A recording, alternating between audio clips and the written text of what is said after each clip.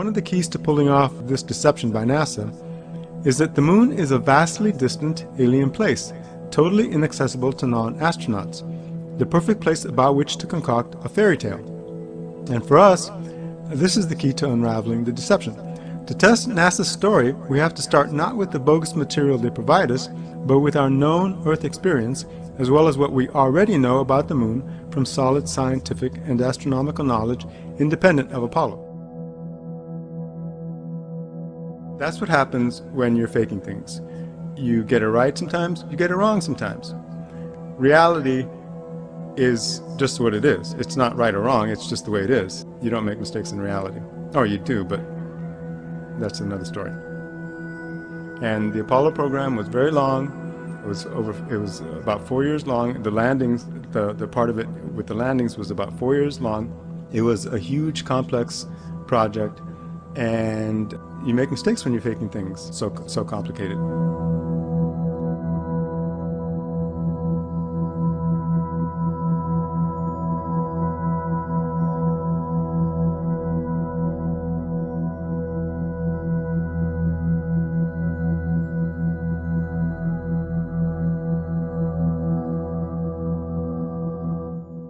And, various times they have said that, before we can, quote unquote, go back to the moon, we have to develop a new spacesuit material, because none of the materials that we currently have would withstand the environmental extremes on the moon, the temperature fluctuations and whatnot.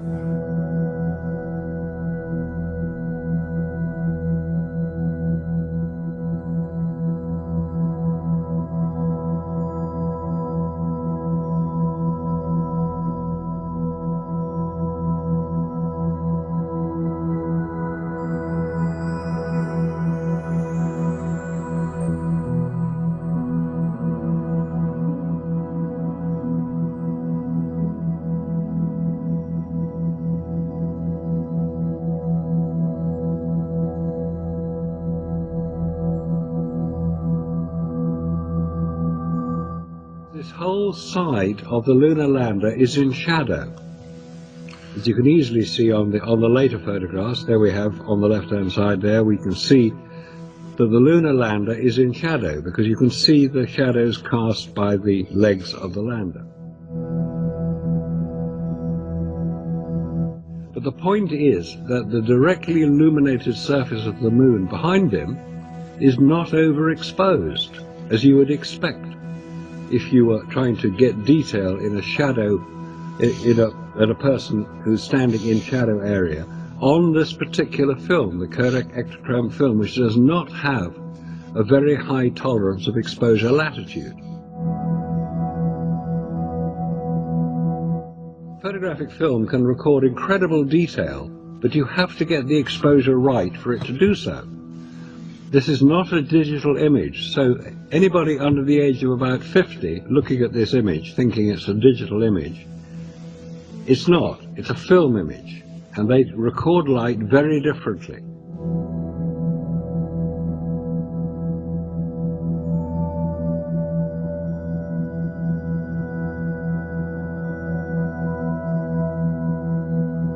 If it's not overexposed in the background, and the explanation offered by those people who support NASA's contention that they landed a man on the moon, is that this illumination in the shadow area is from the special reflective properties of the lunar surface.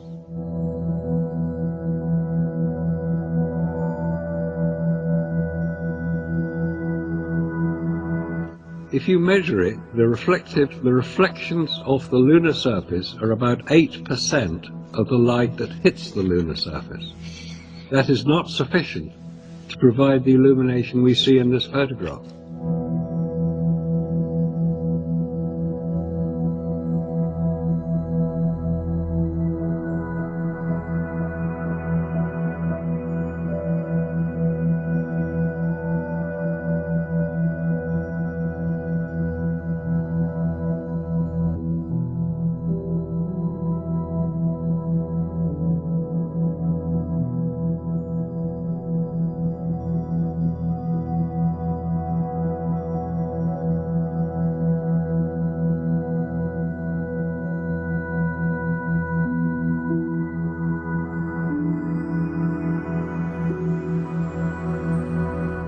if you were trying to get detail in a shadow, at a person who's standing in shadow area, on this particular film, the Kodak Ektachrome film, which does not have a very high tolerance of exposure latitude.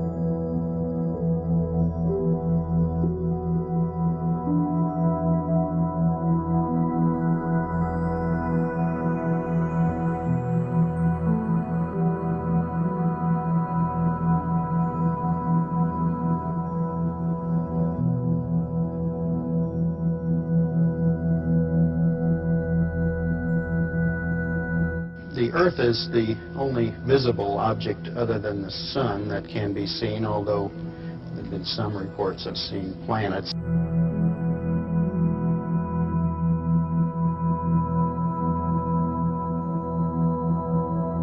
They were sent there under the most unforgiving circumstances imaginable, where you're struggling just to stay alive, to get food and water and whatnot. And you're in this bulky spacesuit with a helmet on, a visor. Your vision is restricted. You're wearing these heavy padded gloves, and somehow or other you have to operate a fully manual camera, which is another thing people don't understand. I'm sure a lot of people who are used to just pulling out their camera and tapping on the screen and taking perfect pictures don't understand that that wasn't possible in the 1960s. Everything had to be adjusted manually. The exposure, the aperture, the shutter speed. It had to be manually focused, which was not easy to do to the degree that these guys did it. Where virtually every frame is perfectly framed, perfectly exposed, perfectly focused. It's just extraordinary to think that they could have gotten that quality of photographs working under those conditions.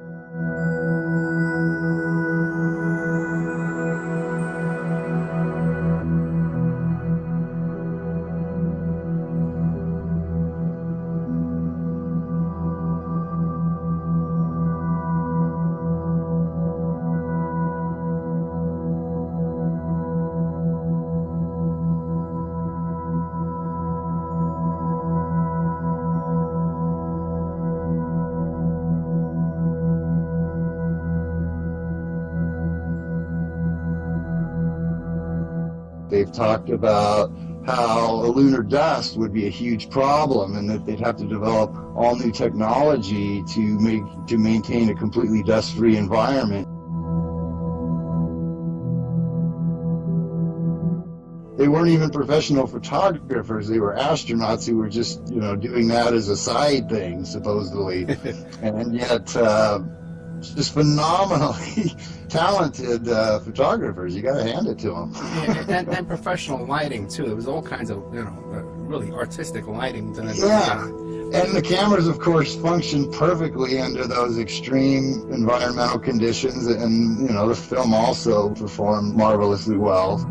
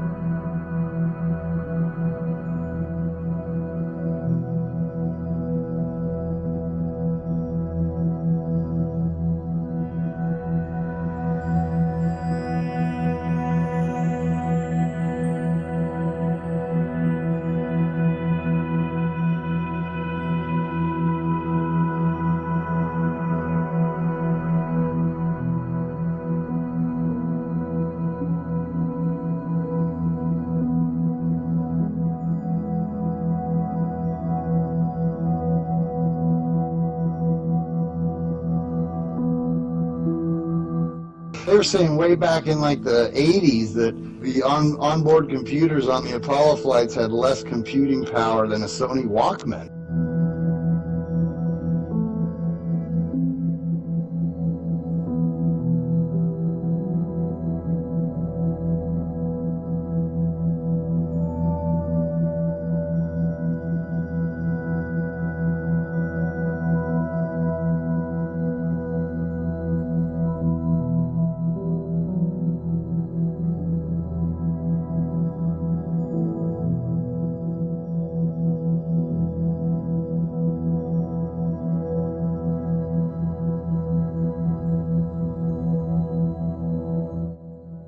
Astronauts that allegedly flew on Apollo 11 had spent more than 1,200 hours in a simulator trying to land on the lunar surface in a realistic simulation on Earth.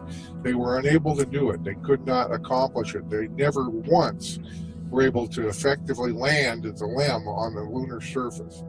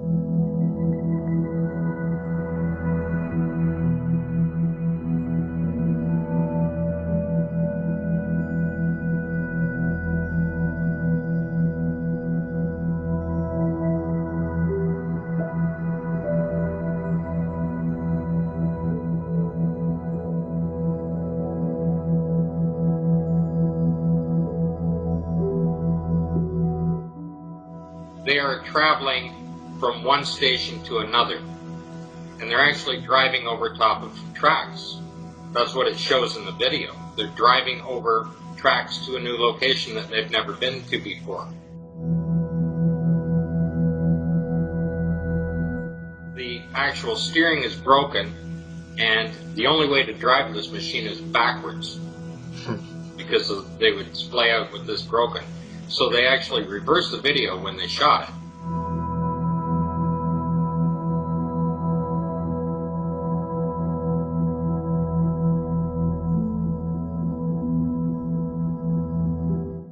So they actually have a model there that doesn't actually appear in the rest of the Any other photos? Footage.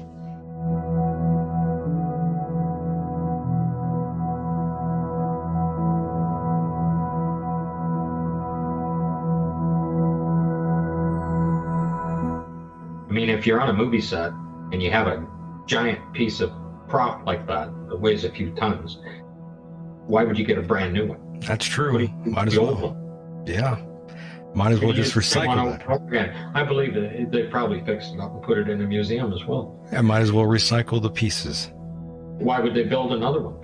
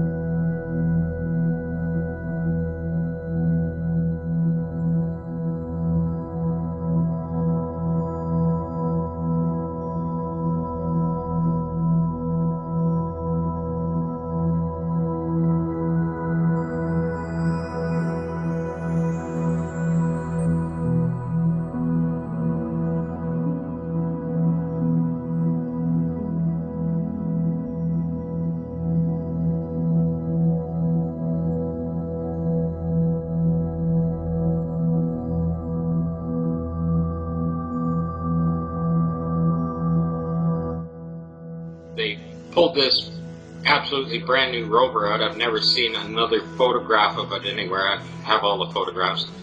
And it has a double rib on the front left fender.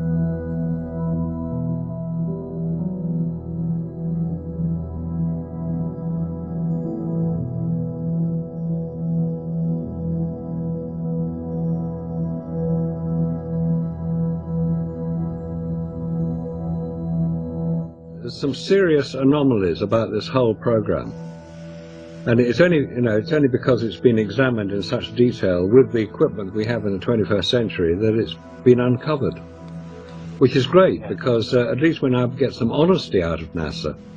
But of course NASA can't admit that they fooled us all.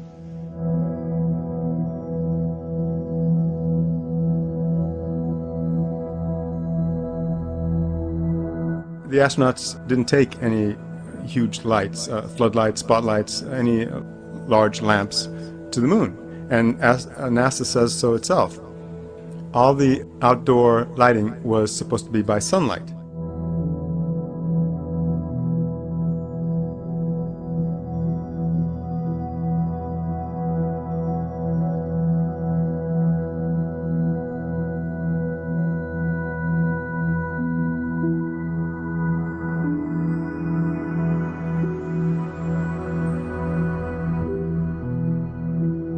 On the moon, there is no such uneven lighting at all, except for maybe right at sunrise or sunset.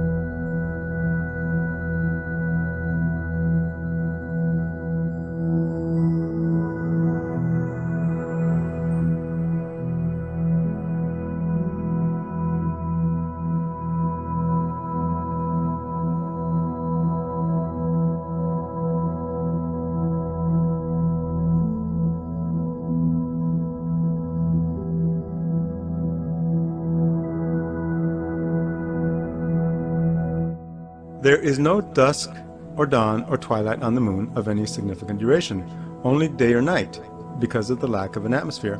The sun is either in the sky or it is not. Therefore, the landscape is either brightly lit or it is black.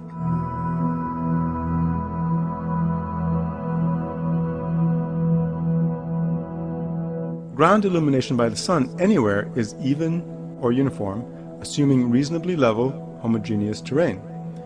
no large lamps were taken to the moon to provide extra lighting, and NASA affirms this.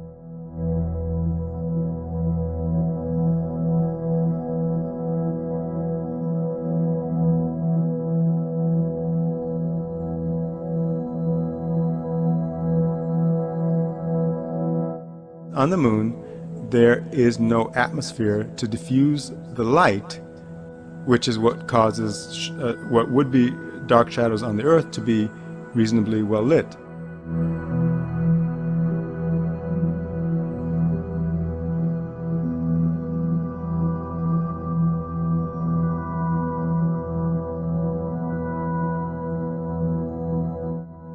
This is how the lighting of the ground should be. It should be completely even.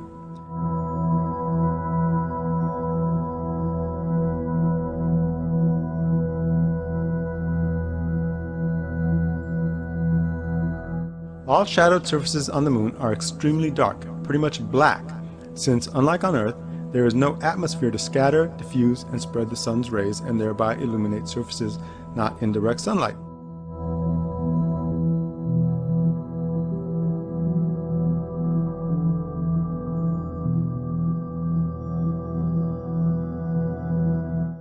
Light-dark contrast is extreme and severe. It is the moon's total lack of an atmosphere that renders its surface so sharp and clear to our view that we can see minute detail on it all the way from Earth.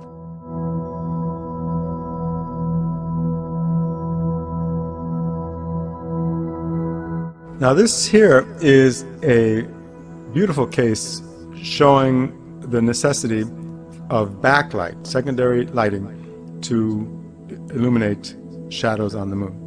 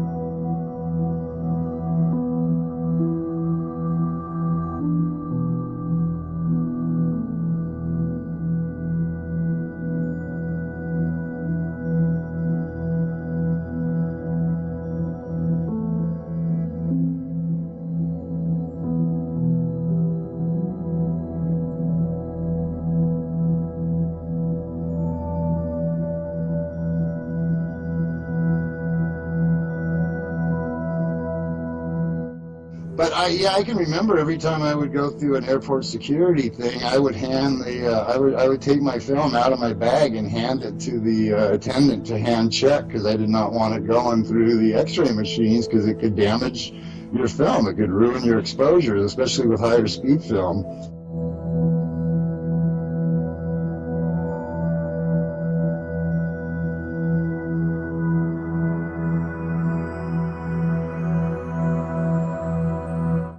The sky is a deep black when viewed from the moon, as it is when viewed from cislunar space, the space between the Earth and the moon.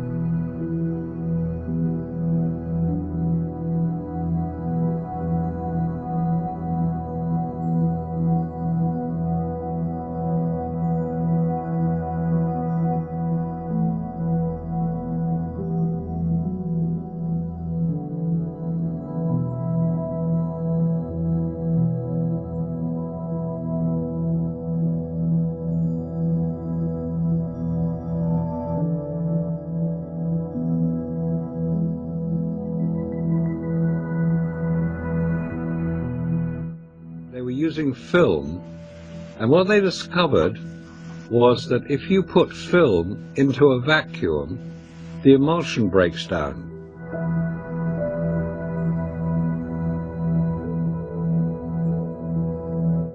So why, when we talk about going back to, quote unquote, going back to the moon, are they constantly talking about reinventing the wheel when this stuff had a far greater safety record and much better, performance record than what we produce now?